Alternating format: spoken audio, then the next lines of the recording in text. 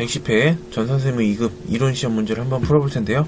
혹시 전산세무 2급 자격증이 꼭 필요하고 나는 이거 꼭 따야 된다, 저랑 같이 공부하시는 분들은 거의 90% 이상, 거의 대부분 합격을 하거든요. 자격증을 전부 취득하도록 도와드리기 때문에 이진 아카데미 강남 DX 센터로 오시면 저와 함께 하실 수 있습니다. 자, 1번 문제. 재무제표 작성과 표시에 대한 설명으로 틀린 것은 자산과 부채는 유동성이 낮은 항목부터 배열하는 것을 원칙으로 한다. 아니죠. 유동성이 큰 것에서부터 작은 것으로 이제 쭉 배열되는 거 유동성 배열법이라고 하는데 1번이 틀렸죠. 유동성이 큰 항목부터예요. 재무제표는 재무상태표 BS, 손익계산서 IS, 현금흐름표, 자본변동표로 구성되며 주석을 포함한다. 맞아요. 참고로 주기는 아니죠. 주기는 우리 형제가 아니에요. 독수리 5형제인데. 자산과 부채 또는 자본은 총액에 의해 기재함을 원칙으로 한다. 맞아요. 총액주의라 그러죠. 그래서 자산 항목과 부채 항목 또는 자본 항목을 상기하여 전부 또는 일부를 재무상태표에서 제외하면 안 된다. 이렇게 상기하는 거를 순액주의 혹은 상기주의라 그래요. 상기주의. 자, 퉁치지 말자. 항상 총액으로 표시를 해줘야 된다. 뭐 굳이 예를 들어보자면은 우리 회사에 단기대여금이 있는데 3만원 빌려줬어요. 그 다음에 단기 차입금도 있어요. 부채니까 대변이죠. 뭐 2만원 꼬았어요.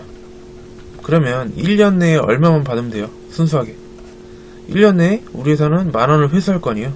그래서 단기대여금으로 만원 이렇게 순액으로 처리하지 말라는 것이죠. 퉁치지 말고 각각 단기대여금 3만원, 단기차입금 2만원 이렇게 총액으로 각각 해줘야 되는 것이고요. 자, 4번. 자본거래에서 발생한 자본이익과 손익거래에서 발생한 이익이익금을 구분하여 표시한다. 맞아요. 자본거래라는 거는 주주와의 거래죠. 주주와의 거래. 주주와의 거래는 자, 주식을 발행한다든지 아니면 소각한다든지 자기 주식 처분한다든지 이런 거래들이 있어요. 여기서 이제 주식 발행할 때 돈 벌었다. 자본이익금 돈 번 거죠.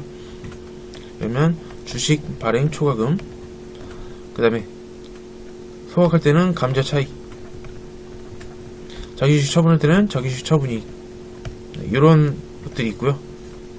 그 다음에 손익거래에서 발생한 거는 나머지 일반적인 거래예요. 일반적인 거래.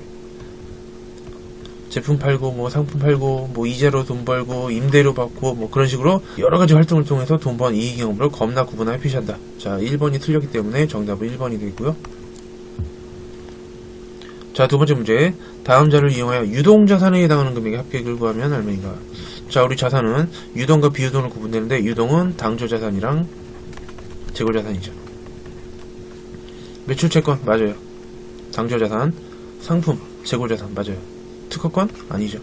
얘는 무형자산이죠. 얘는 비유동이에요. 당조예금, 얘도 당조자산 맞아요. 성급비용도 당조자산이에요.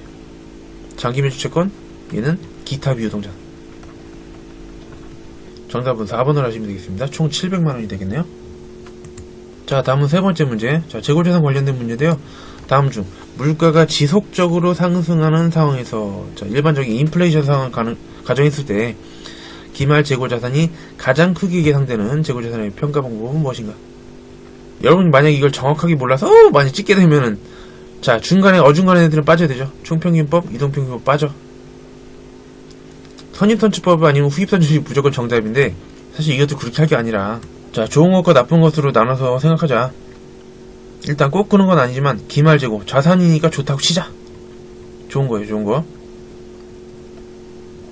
그 다음에 이익은 많이 나면 좋죠. 각종 이익, 매출총이익, 영업이익, 뭐 법인세 차감전 순이익, 그 다음에 당기순이익 이런 것들. 좋은 거는 형 먼저. 그래서 가나다 순이요. 선입선출법, 이동평균법, 총평균법, 후입선출법. 자, 이거는 물가 상승을 가정한 일반적인 상황을 가정했을 때 얘기해요. 지금 문제랑 같은 것이죠. 그 다음에 매출원가는 비용이니까 꼭 그런 건 아니지만 나쁘다고 치자. 비용이니까. 그러면 자, 비용은 안 좋은 거니까 반대예요. 동생이 제일 커. 후입선출법, 총평균법, 이동평균법, 선입선출법. 이렇게 가나다 순의 반대. 부등호만 반대로 해주면 되는 것이죠. 자, 지금은 기말재고자산. 자, 자산은 좋은 거라고 치자.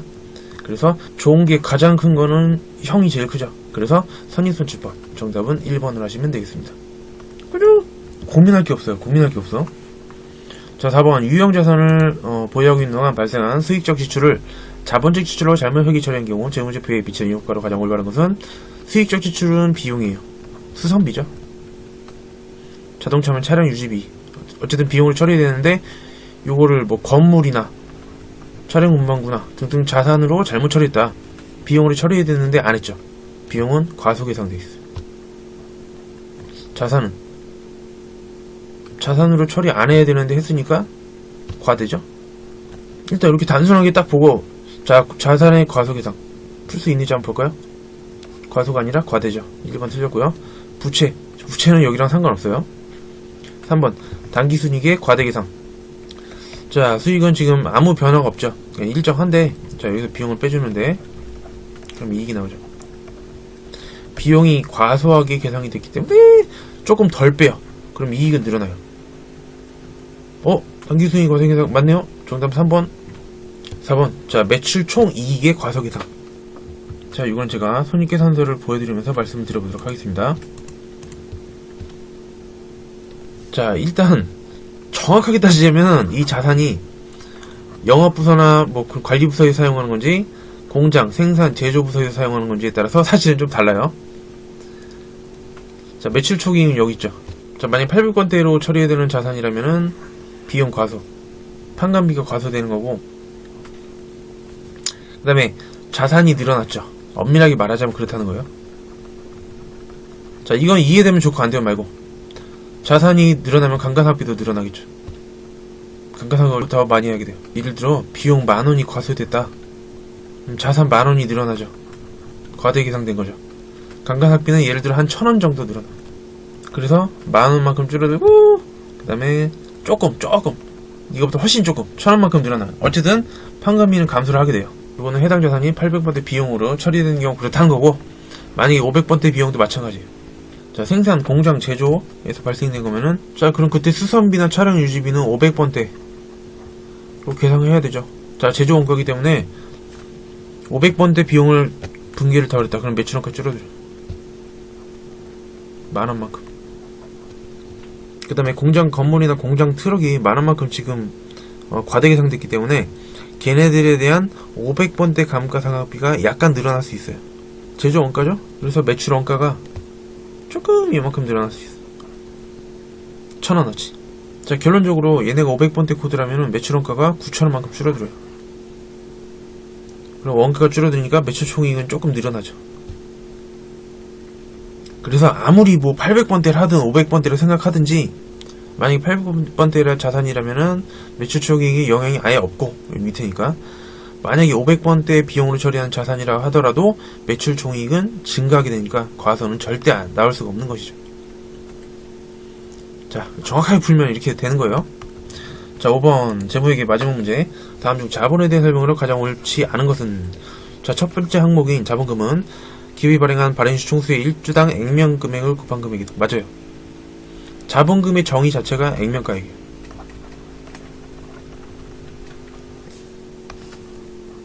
자, 우리 주식 종이가 따로 있죠? 이걸 주식이라고 하는 게 아니라 이건 주권이라고 그래요. 이 주권에 기재되어 있는 금액이 바로 액면가액이죠. 만약에 한 주당 5,000원 이렇게 그 종이에 써 있으면은 자본금이 5,000원이에요. 여기다가 주식수를 곱하는 것이죠. 만주다. 그러면 5,000만원. 자본금이 이렇게 되는 것이죠. 이것도 정확하게 알아두면은, 자, 그런 거였구나 깨달을 수 있는데, 증자 혹은 주식 발행하게 되면은 자본금이 대변으로 증가하죠. 이거 뭐예요? 증자는 주식을 발행하는 건데, 주식을 발행하게 되면은 주권을 인쇄하게 되죠. 이 종이를 인쇄할 거 아니에요. 주권을 한 장 인쇄를 하면은 5,000원이 늘어나죠. 액면가액이. 2장 인쇄하면 10,000원이 늘어나고. 그런 식으로, 자, 주권을 인쇄할 때마다 액면가액이 늘어나죠. 이 종이에 적혀있는 금액이 자꾸 늘어나요. 자, 자본금의 정의 자체가 액면가액이기 때문에 증자 혹은 주식 발행하게 되면은 자본금이 그만큼 증가를 하게 되는 거예요. 감자도 마찬가지예요, 여러분들. 감자할 때는 자본금이 차변으로 감소한다. 왜? 감자는 시중에 돌아다니던 주식을 주권을 갖다가 소각하는 거죠. 주식을, 요 종이를 갖다 패 죽여야죠. 그러면, 자, 액면가액 줄어들죠? 자, 한 장 찢어버리면 5,000원이 감소해요. 두 장 찢어버리면 10,000원이 감소하고. 액면가액이 줄어든다. 액면가액이 자본금이기 때문에 자본금이 그래서 차변을 감소하게 되는 거예요. 자, 한번 생각해 보시고. 자, 1번은 완전히 맞는 설명이에요. 자본금의 액면가액이요. 그 다음에 자본잉여금은 주식 발행 초과금과 나머지 쩌리로 구분해 표시한다. 맞아요. 자, 여러분들 전산세무 2급 공부하시는 분들이니까 이것도 한번 말씀드릴게요. 구분 표시하는 거. 자본금은 보통주 자본금과 우선주 자본금으로 구분해 표시해야 된다. 자본잉여금은 지금 나온 게 맞아요. 주식 발행 초과금과 나머지. 그 다음에 자본조정은